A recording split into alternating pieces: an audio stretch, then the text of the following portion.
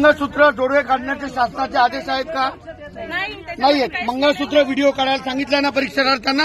हे मंगळसूत्र वगैरे आम्ही कधी काढत नाही, डायरेक्ट विधवाची पैठणी. बघा अशा पद्धतीने अन्याय केला जातोय. आणि भारतात परीक्षा आहे काही परीक्षा आहे का काय आहे? या ठिकाणी महिलांना घाणेरडी वागणूक केल्या जाते. कानातले व्हिडिओ काढून महिलांचं सील करण्याचा प्रयत्न केला जातोय. ही अत्यंत घाणेरडी वागणूक आहे. आम्ही आता निषेध करतो. अशा प्रकारे घाणेरड्या प्रकारे कृपया करून इथे गोंधळ करू नका. कृपया करून इथे गोंधळ करू नका. कपाळावरचं कुंकू पुसून आणि गळ्यातलं मंगळसूत्र उतरवून जर तुमची यंत्रणा पात्रता तपासणार असेल तर अशा प्रशासनाला भर चौकात जोड्यानं हाणलं पाहिजे. ज्या राज्याला सावित्रींच्या लेकींचा अभिमान आहे तिथेच एका परीक्षेसाठी महिलांची सौभाग्यलेणी रस्त्यावर उतरवायला लावणं हा डिजिटल इंडियाचा सर्वात मोठा पराभव आहे. पेपर फोडणाऱ्या टोळ्या तुमच्या मंत्रालयाच्या उंबरट्यावरून फाईल चोरतात तेव्हा तुमचे हे मेटल डिटेक्टर गप्प का बसतात?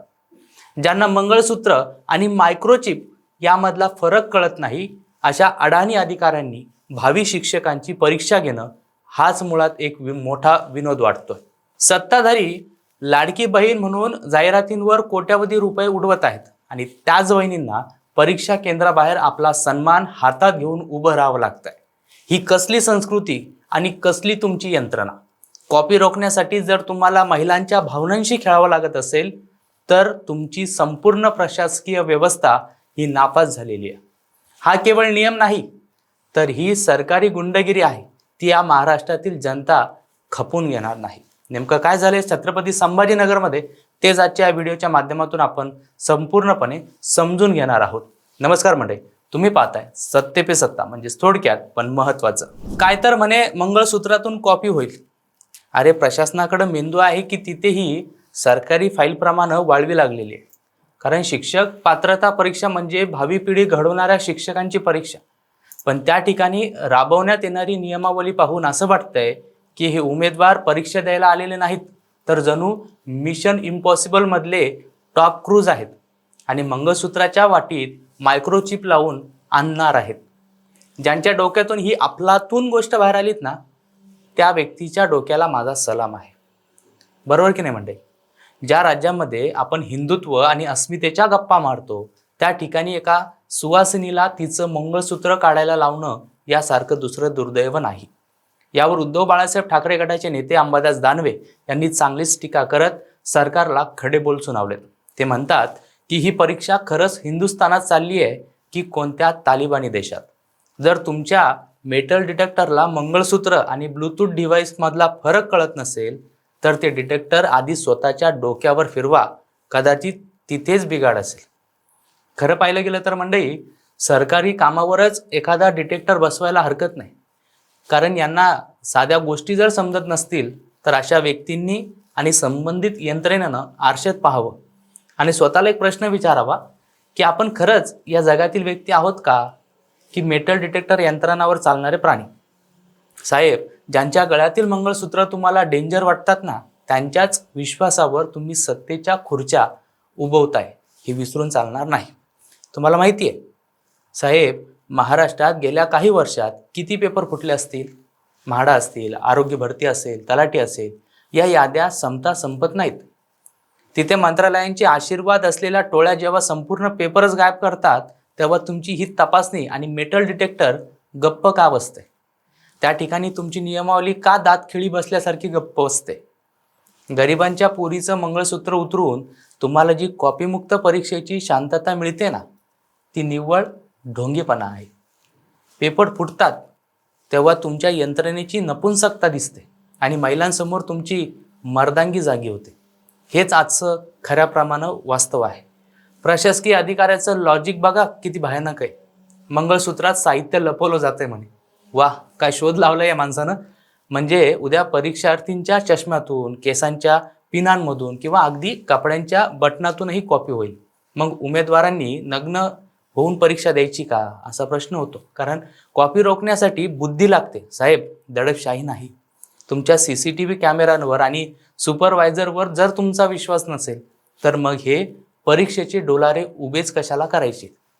प्रशासनाला कॉपी आणि संस्कृती यातला फरक कळायला अजून किती युग लागणार आहेत याचा खऱ्या अर्थानं शोध घेणं गरजेचं आहे.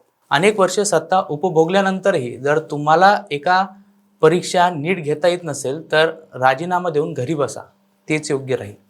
परीक्षा केंद्राबाहेर भर रस्त्यावर महिलांना त्यांचं दागिनं सोन्याचे मंगळसूत्र काढायला लावणं असं सांगणं म्हणजे चोरांना ओपन इन्व्हिटेशन देण्यासारखं आहे. जर केंद्राबाहेर एखाद्या महिलेचं मंगळसूत्र चोरीला गेलं असतं तर हे नियम झाडणारे जे अधिकारी आहेत ना, त्यांच्या खिशातून त्यांनी त्यांची भरपाई केली होती का? काय करणार असते का? की तिथेही दागिना सांभाळण्यासाठी एखादी खिडकी ओपन केली होती का? महिलांना अशा प्रकारे मानसिक तणावात ढकलून तुम्ही त्यांची कोणती पात्रता तपासताय? यावर मुख्यमंत्री म्हणतात की या संदर्भात मी माहिती घेईन, चौकशी करेन. साहेब, ही स्क्रिप्ट आता फार जुनी झाली. प्रत्येक वेळी काहीतरी घोळ होतो, लोक संतापतात आणि तुम्ही चौकशीचं ते गाजर आहे ना ते नेहमी दाखवतात. मागच्या वेळेला देखील असाच प्रकार झाला होता. मग तेव्हाच कडक शासन का केलं नाही? शासनाला लगाम घालण्यात सरकारला इतका वेळ का लागतोय की तुमचे अधिकारी तुम्हाला जुमानत नाही? याचं तरी उत्तर मिळलं पाहिजे. ही सरकारी दडपशाही वेळीच थांबवा. ही परीक्षा आहे, एखाद्या छळछावणीचं केंद्र नाही.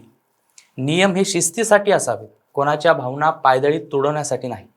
ज्या हातांनी मंगळसूत्र उतरवायला लावलंय ना, त्या हातांना पेपर फोडणाऱ्या गुन्हेगारांच्या मुसक्या आवडताना तुम्हाला घाम का फुटतो? महाराष्ट्राच्या संस्कृतीचा अपमान करणाऱ्या या अधिकाऱ्यांवर केवळ चौकशी नको तर ठोस कारवाई व्हायला हवी.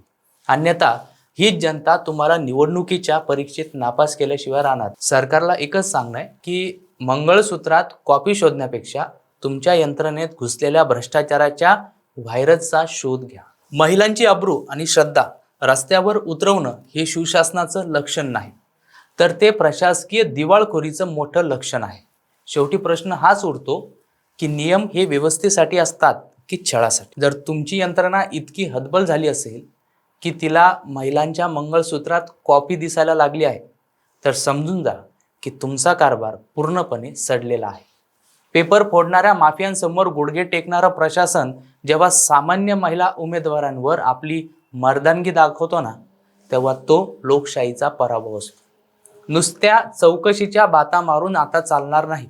ज्या अधिकाऱ्यांनी हे कृत्य केलंय त्याला आदेश दिले किंवा ज्याने आदेश दिले आणि ज्यांनी भररस्त्यात महिलांचा सन्मान वेशीवर टांगला ना, त्याच्यावर तत्काळ निलंबनाची कारवाई झालीच पाहिजे. महाराष्ट्र ही संतांची भूमी आहे, महाराष्ट्र ही छत्रपतींची भूमी आहे आणि या ठिकाणी स्त्रीचा अपमान करणाऱ्यांना माफी नाही. मित्रांनो, झालेल्या या घटनेबाबत तुम्हाला नेमकं काय वाटतंय? कॉपी रोखण्यासाठी मंगळसूत्र खरंच उतरवायला लावणं योग्य होतं का, की हा प्रशासनाचा निव्वळ नाकर्तेपणा होता? यावर तुमच्या प्रतिक्रिया कमेंट्समध्ये नक्कीच कळवा आणि अशाच माहितीपूर्ण व्हिडिओसाठी पाहत राहा सत्य पे सत्ता, म्हणजे थोडक्यात पण महत्वाचं. या ॲलर्जीचा फार त्रास होतो. रोजची सर्दी, शिंका, डोळ्यांची जळजळ, नाकातून पाणी. काहीतरी उपाय सांगा हो. डॉक्टर चाटेज होमिओपॅथी क्लिनिक, लगेच भेट, उपचार सुरू कर, महिन्याभरात फरक पडेल. सत्य. संपर्क 9595727107.